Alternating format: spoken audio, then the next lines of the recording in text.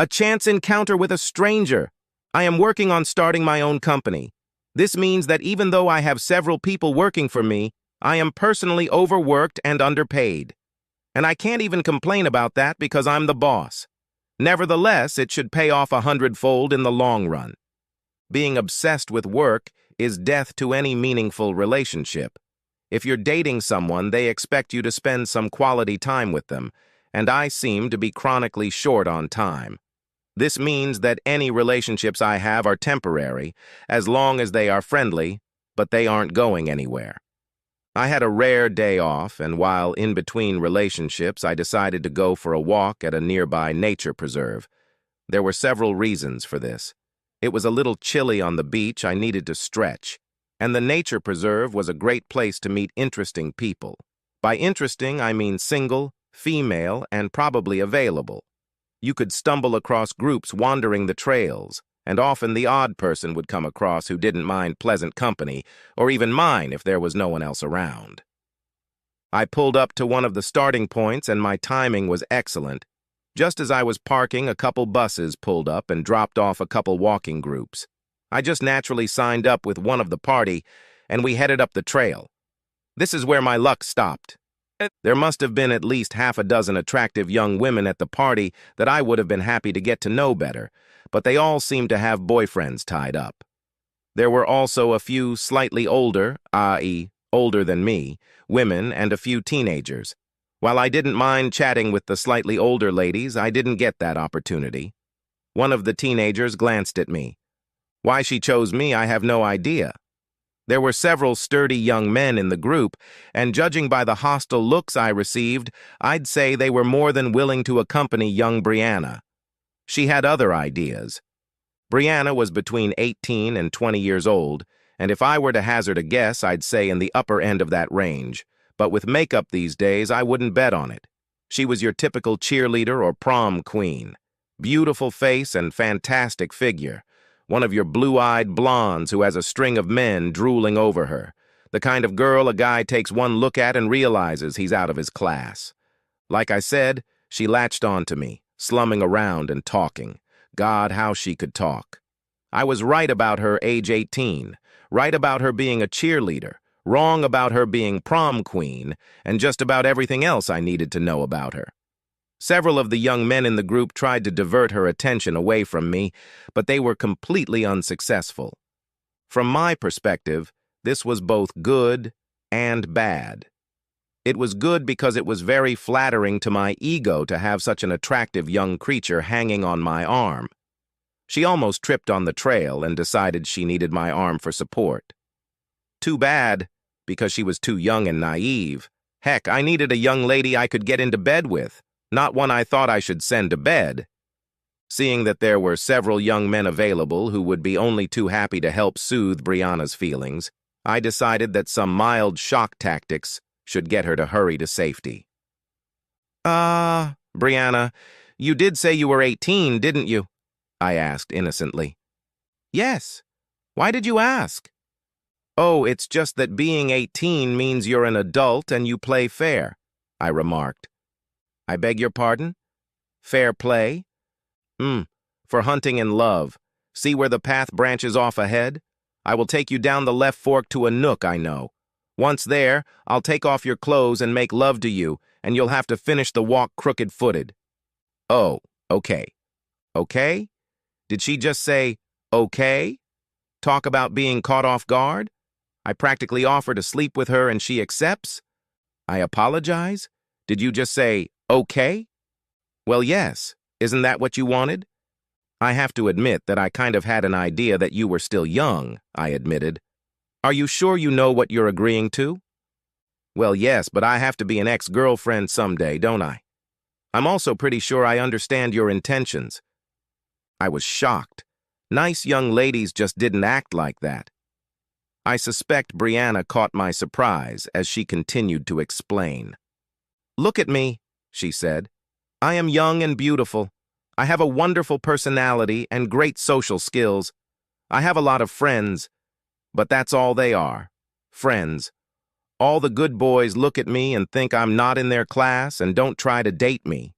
The losers and athletes don't care about me. They ask me out just to get a chance to score.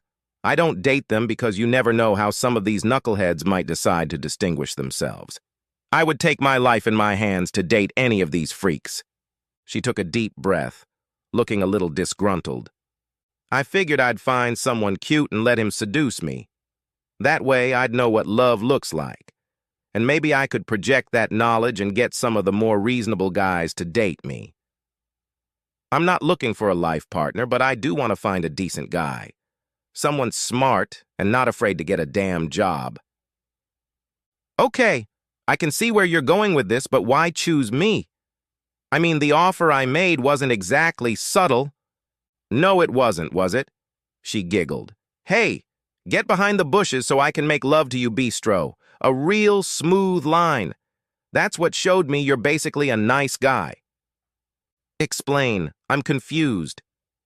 "You were trying to scare me off. Anyone else here would have tried to talk to me behind some bushes, ostensibly to make out a little, but I know what they'd really want.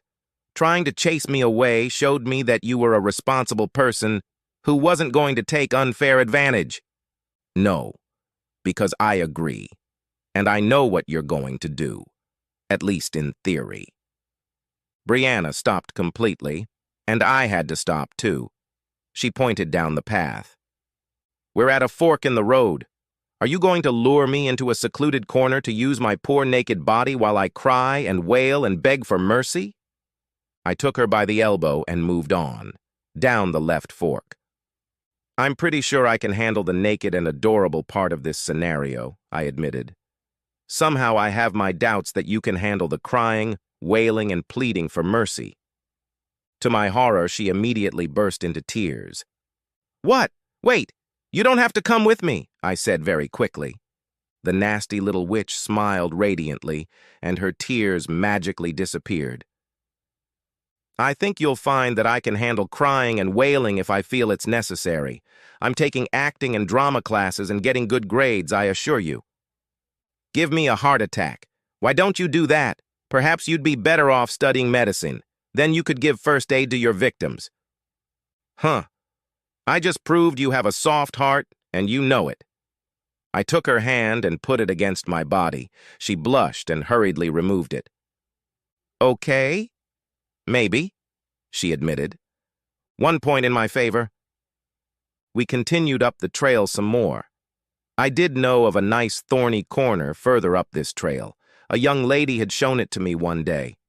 It's not easy to stumble upon it if you don't know where it is. I didn't ask her how she originally found it, as discretion is my middle name. We got to a place where 2 trees started to grow nearby. Usually in a situation like this, one of the trees would bloom while the other would die. In this case, the 2 trees seemed to merge together, resulting in a trunk about 1/2 meter wide. Stepping off the trail, behind the merged tree was a short path that led to a small clearing hidden from view from the trail. I stopped there, turning to look at Brianna. "Take off your clothes," I told her quietly. "Ah, I thought you said you were going to undress me," she objected. "I did, but I thought it would be more fun to watch you do it. You'll be embarrassed, nervous, and not sure if you want to do it. You'll also find that you'll get very aroused knowing that I'm watching you, as well as knowing what I intend to do once you get naked." She looked at me, blushing. As far as I could tell, this was a deal breaker. If she couldn't undress herself, then I would refuse. Frankly, I thought she was building up her courage since she'd gotten this far. Just goes to show that I underestimated her. Again. Without taking her eyes off me, she unbuttoned her top and pulled it off. I suspected that what used to be a blush had now turned into a searing blush. Her breathing became deeper, and her lungs heaved as she moved. Her mouth was slightly ajar, and her teeth gently bit down on her lower lip. Unbuttoning her jeans, she pulled them off. Have you ever felt like a girl in tight jeans taking them off? It doesn't happen. They need to be pulled down, and it reminded Brianna of when she tried to pull them down. They didn't want to come off. Now her blush was back to a blush on her cheeks, an embarrassed blush as she struggled with her jeans trying to get them off. She was also reminded that you can't keep your shoes on when you take your jeans off. By the time she had her jeans and shoes off, she was half embarrassed, half excited. The fact that I was laughing quietly didn't really help, but luckily she has a sense of humor. She started laughing too. "Now you see why I didn't want to undress you," I told her. "Think how embarrassed I would have been to fight with your jeans." I looked her over from head to toe, nodding approvingly. She really did have a good figure. She stood looking at me, naked, hands behind her back, with an expression of excited anticipation on her face. I smiled back at her, slowly unbuckling my belt. Fortunately, it was easier for me to take off my pants than it was for Brianna to take off her jeans. After that, we made love. It didn't take long, and then I was pleasantly encased inside her. She now had a smug smile playing on her face and looked very pleased with herself. I just smiled back at her, giving her time to get used to it. After a few moments, I leaned forward and kissed her gently. We lay down on the grass again, and I just held her lightly against me, waiting for her to come to terms with what she had done. It took a good 10 seconds. She sat up, smiling brightly. "Well, that was interesting," she said. "I'm really going to have to do this again soon." I was about to offer my services, but she went first. "Not with you, of course. I don't even know you. But I'm sure I know a couple friends who would be happy to help me." "Oh, right," I said. I couldn't say anything else, could I? If she'd turned around and offered me a stallion fee, I'd have snapped her up. With those words, she jumped to her feet and began pulling on her clothes. She was fully dressed while I was still buckling my belt. It was the first time a woman had ever gotten ahead of me in getting dressed. After that, she walked, dancing, down the trail, stopping only to consult with me and make sure she was going in the right direction. I just clumsily splashed along behind her, feeling blown away by the axe and wondering what the hell had happened. "The end!"